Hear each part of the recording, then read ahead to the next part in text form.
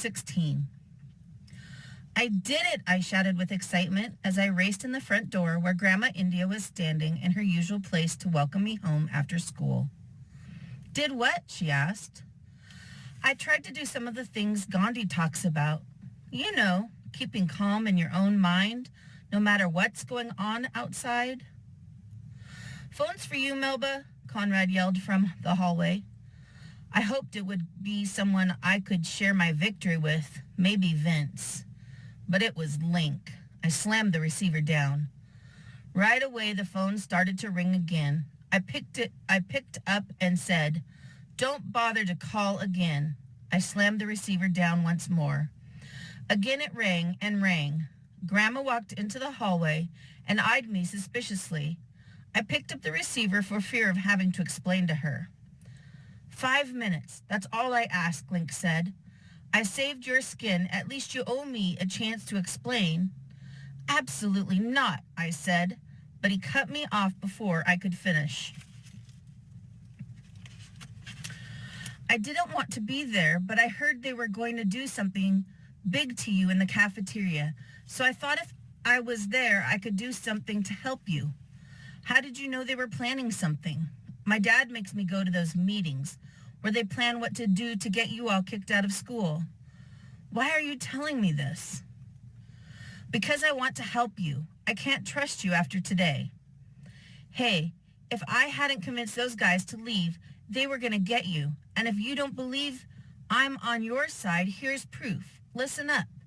Stay off the far end of the second floor tomorrow and don't go to your locker after lunch. I gotta go. Grandma wants me. She was standing over me looking as though she was upset with me. I rushed to the kitchen with her following on my heels.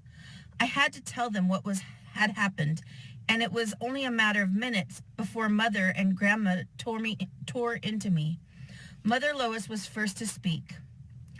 We have to wonder about Link's motives. Then Grandma said, perhaps he's trying to set you up for the clan. He's going to lure you into a trap, and then where will you be? Although I too was undecided about trusting Link, I continued to defend Link as both of them came up with dozens of reasons why I shouldn't trust this white boy. Still, there was something inside me that said he had taken a big risk giving me his car that day. I didn't want to defy Mother and Grandma, but Link was inside Central. He understood what I was going through. They could not help me inside that school. I had no choice but to take any help that would enable me to survive. I had to take the risk of trusting Link a little bit, at least for now. The next day, I heeded Link's warnings, taking a different route to class. Later, I heard there was trouble on the route I usually took. By not going to my locker in the afternoon, I avoided meeting someone who must have been very angry, as he or she broke the lock and shredded the contents of the locker. The day had gone exactly as Link had said it would. But even so, I found myself wondering if he were only building my trust in order to lay a bigger trap for me. Link warned me that with the beginning of April, segregationists would feel compelled to speed up their efforts in order to get us out of Central before we could complete a full school year. Some of their tactics became desperate, and their desperation made it easier for me to avoid the more obvious traps they set. In the days that followed, Link continued to phone me every night. Grandma India would hand me the receiver with a scowl on her face, but neither she nor Mother Lois forbade my talking with him. Sometimes Grandma would even stood by listening to the entire conversation with arms folded and a huffy attitude. It was the first time I had ever continued to do something I knew they didn't want me to do. I think Mother finally realized that Link was doing something for me they could not do, feeding me vital information that could help me survive. Link swore me to secrecy, so other than Mother and Grandmother, none of the other 7 students knew he existed. Occasionally, during a general conversation about do's and don'ts, I would share some information that I thought would be helpful to them. But otherwise, I kept my mouth shut. I figured I owed Link that. After a while, having him as my friend got to be fun for both of us. We played a cloak and dagger game, passing notes and books and such. but we never spoke to each other in school or walked near each other or acknowledged each other except for our eyes for fear he would get caught. He continued hanging around with Andy and his friends and attending the segregationist strategy meetings. He said the worst part of it for him was that he felt himself a traitor. He was torn between his loyalty to his family and friends and his sense of guilt and responsibility for what was happening to the 8 of us.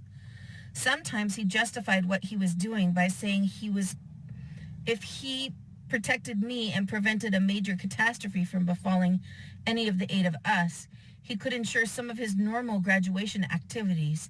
And besides, people wouldn't think Central such an awful place. Meanwhile, we did indeed notice some stronger efforts by a few teachers to discipline students. The Little Rock School Board now demanded belligerent students be brought under control. At first we saw no difference, but we began to notice a slight bit of peace in the hallways, and we were heartened to hear that another girl had been expelled for handing out the card saying, 1 down, 8 to go. Easter, what a wonderful word. I thought to myself as I walked to Grandma's room. If Easter Sunday was coming soon, it meant the end of school was only weeks away. The 29th of May. What would the last day of school at Central High be like? Tonight's the night, Grandma said, making the announcement from her perch in her favorite chair. We're going into the trunks tonight. It's time to make your selections. She smiled with her all-knowing expression because she was fully aware of how much it delighted us to view and touch her trunk treasures. There were gifts, heirlooms, and mementos we got to touch or see only at Christmas or Easter. There they were in the center of the room, the old trunks given to Grandma India as a young girl. One was a deep brown with scrapes and scratches visible beneath the glossy veneer she kept up with biannual waxing. The second one was a deep garnet color and looked newer. Have you given much thought to what you'll be wearing to church this Easter, Melba?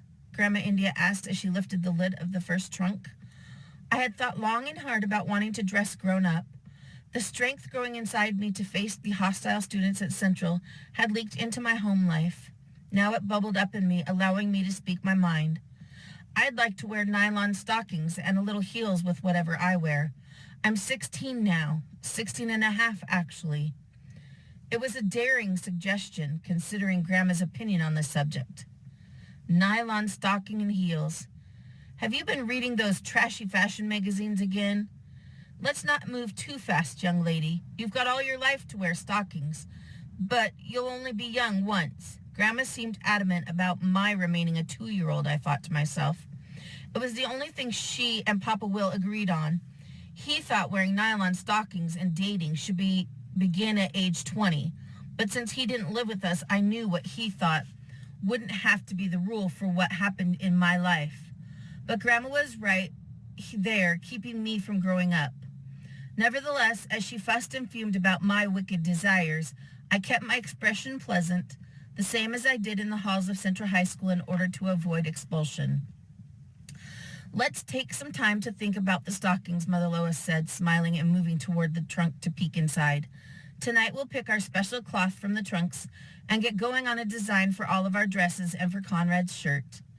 Lois, maybe something 2-piece would be nice for Melba this year, Grandma said. Mama and Grandma would draw a picture, then sit in the middle of the floor and cut a pattern out of the newspaper and make a dress come to life in the fabric.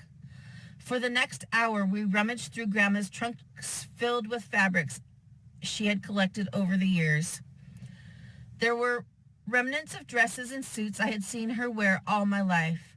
There were brand new pieces and full bolts she had gotten from her mother before she died or from her sisters as trades for other things. Easter was always a time when we each were allowed to choose the cloth we wanted. Celebrating the Easter holiday was a big event in our family. Attending church on Easter was a grand ceremony when everybody dressed up in the very best they could afford. There were always an Easter egg hunt on the church grounds and a parade of people in special hats. A few weeks back, we had officially begun the sacred holiday with the pledge of our sacrifices for Lent. It was a family tradition that Mama and Grandma would review our Lenten commitments as we shopped the trunks. Have you two considered adding more items to your sacrifice list this year? Grandma asked as she began to sketch the design for my dress. Grape et colas, that's what I'm doing without. I haven't slipped yet, I declared, remembering how many times I'd thought about slipping. That's all? Grandma's tone let me know she wasn't pleased with either the number or quality of sacrifices on my list. One year I had chosen to give up the radio and another candy bars. I knew for sure I would never promise to give up either of those things again. Well, what about giving up television to spend more time reading your Bible, Grandma said. Oh, Grandmother, please, since I'm giving up so much in Central, can't you let me slide by this year? I pleaded with them as I sat caressing the thick, folded piece of purple velvet I had pulled from the trunk. There's lots of hard work to be done on repenting for sins. Have you listed your sins? As Grandma spoke, she rocked back and forth a little faster and turned her attention away from her sketching to look at me. I've lumped together into one big sin all the hundreds of times I thought evil of people at Central, I said. There were also several times I thought about sassing adults back, mostly teachers and principals at school, and I didn't trust God on 2 occasions. And how about not answering all your fan mail, Mother Lois added. Don't you think it's a sin to ignore all those people who take their valuable time to write to you? You were so good about it at first. I realized she was right. At the beginning, I had faithfully answered those letters each week. They came from France, Germany, England, Africa, and Australia, from people all around the world, mostly congratulating me for going to Central High. Grandma would sift out the mean ones, which were few and far between. I got several marriage proposals from cute boys, some of them white, who sent their pictures. Grandma forbade me to send them more than a polite thank you. I wanted at least to learn more about them and file them in a "if you need a husband when you're grown up" file. But Grandma said that would be a personal sin. Late one evening, Link telephoned. He was furious about the announcement of the cancellation of many of his senior class activities. He spoke of all his hard work to maintain good grades, his athletic awards, and his student leadership, and now his hopes for a wonderful senior year were dashed. The traditional senior event had been canceled because of the possibility of trouble as a result of integration. School officials also cited the presence of the Arkansas National Guard as another reason. Link was inconsolable. I don't know what I can do about it, I said, even as I wondered whether his disappointment and anger would make him turn against me. You can do a news interview saying we're not such bad people and that everything is getting better at school. That way everybody in the world won't think we're all villains. Link, you don't want me to lie, do you? Everything is getting worse, not better. On and on he went, telling me how Central High students were suffering and sacrificing the reputation of their nationally acclaimed school because we had come there. He was more angry than I'd ever heard him. This was a good school, ranked high on the national scale, and now our halls are filled with soldiers and people are treating us like criminals. I could only think to tell him to have faith that God would make things okay. I couldn't do what he asked. I couldn't change things. That's when he really got sarcastic, saying, "Don't give me that God stuff. That's what Nana Healy always says. I don't believe in God. If he's there, why is he letting all this happen?" Who's Nana Healy? My nanny. She's colored like you. He had often spoke of her, but this was the first time he had told me she was not white. The reason I'm attending Central is so I don't have to spend my life being somebody's nanny, I said, in a tone to match his indignant manner. By the end of the conversation, Link's anger had shifted from me to the situation. He was frustrated, vowing he was going to do something about the cancellation. Our conversation aroused my suspicion anew. Was he just being nice to me temporarily to get me to lie to the news people? Who was he? After all, I had no way of checking him out. I couldn't tell the others about him or talk about him to the NAACP people. I was at his mercy, having to decide on my own whether or not he was genuine. I would have to be on constant alert from now on, watching for signs of what his real motives were. But meanwhile, he warned me to watch out for any students who tried to hand me election pamphlets. School officers were to be elected on April 24th. Students would be nice and offer us literature, he said, but as we paused to take it, they would ink our dress, grab our books, or worse. I've been to some of those planning meetings recently, and I can tell you they're going to pull out all the stops and do everything they can to get you all out of school before it ends, to make certain you're not coming back next year. What more could they do? They're already exhausting us. Yeah, but it's going to get much worse. The thing is, lately they've been talking about pulling off something really big that will not only hurt you, but your families, something that will force you to quit. Back at school on Monday, just as Link had warned, people approached us as though they were including us in the election process. They would offer a pamphlet with one hand while using the other hand to shower us with all manner of smelly liquids. Sometimes they would kick or even punch us, and usually whatever they did was followed by rude name-calling. The elections at our old school, Horace Mann, weren't nearly so sophisticated. At Central, people put up signs, wore buttons, and passed out material just as though it were a real election. They held debates and voting parties and did all manner of campaigning. I was intrigued watching the process, delighted at the complexity of it all, compared to what I had been accustomed to at our old school. It made me extra sad that I wasn't allowed to participate. More frequently now, Link was full of talk about graduation events. Under any circumstances, this would have been an exciting time of year, filled with wonderful events. He told me about the parties for the juniors and seniors. He told me about huge gala at the Marion Hotel and said the junior and senior picnics at Central High were better than Christmas and New Year's combined. It made me feel more isolated because now I was also left out of events at my old high school. As our conversations grew more relaxed, Link began telling me about his parents. His father, a wealthy and very well-known businessman, had been forced to contribute money to the Citizens Council campaign in order to do a healthy amount of business in Little Rock. He isn't for race mixing, but he also isn't for beating up anybody's children, Link explained. Judge Lemley to hear school board petition, Arkansas Gazette, Tuesday, April 22nd, 1958. As I read the article, I felt despair creeping over me. Judge Harry Lemley of Hope, Arkansas, had been named to hear the Little Rock School Board's petition asking for a postponement of integration for public schools. The first hearing was set for the following Monday at 9:30 a.m. He promised the final hearing would be held long before September. The article described him as a native of Upperville, Virginia, and a man who loved the South, as though it were a religion. It was evident from that description that he wouldn't be likely to violate Southern tradition for my people. I desperately needed the break that came with the Easter holiday. As usual, on Easter Sunday morning, each of us twirled and pranced in our family fashion show. "Spiffy-doo," Grandma India said as we climbed into the car. The church was filled to the rafters with people we didn't see during all the rest of the year.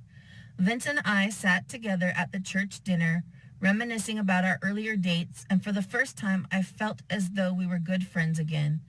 Still, he was not someone with whom I could talk about my Central High experience.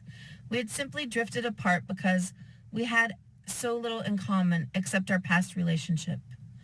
In my diary, I wrote, "I'm happy today, but I am also frightened. The appointment of Lemley means we have to pray hard. This is not supposed to happen in America. I mean, segregationists aren't supposed to be able to have their own judge. I salute the flag every morning as I look at a picture on the homeroom wall directly in front of me. I'll never forget that picture as long as I live. It is a brown pasture with white sheep. As the boys behind me call names and the girls to each side sneer, I look straight ahead because those sheep are smiling at me. I think it's a smile from God. It is a promise that if I salute the flag like a good American, all these integration problems will be worked out eventually."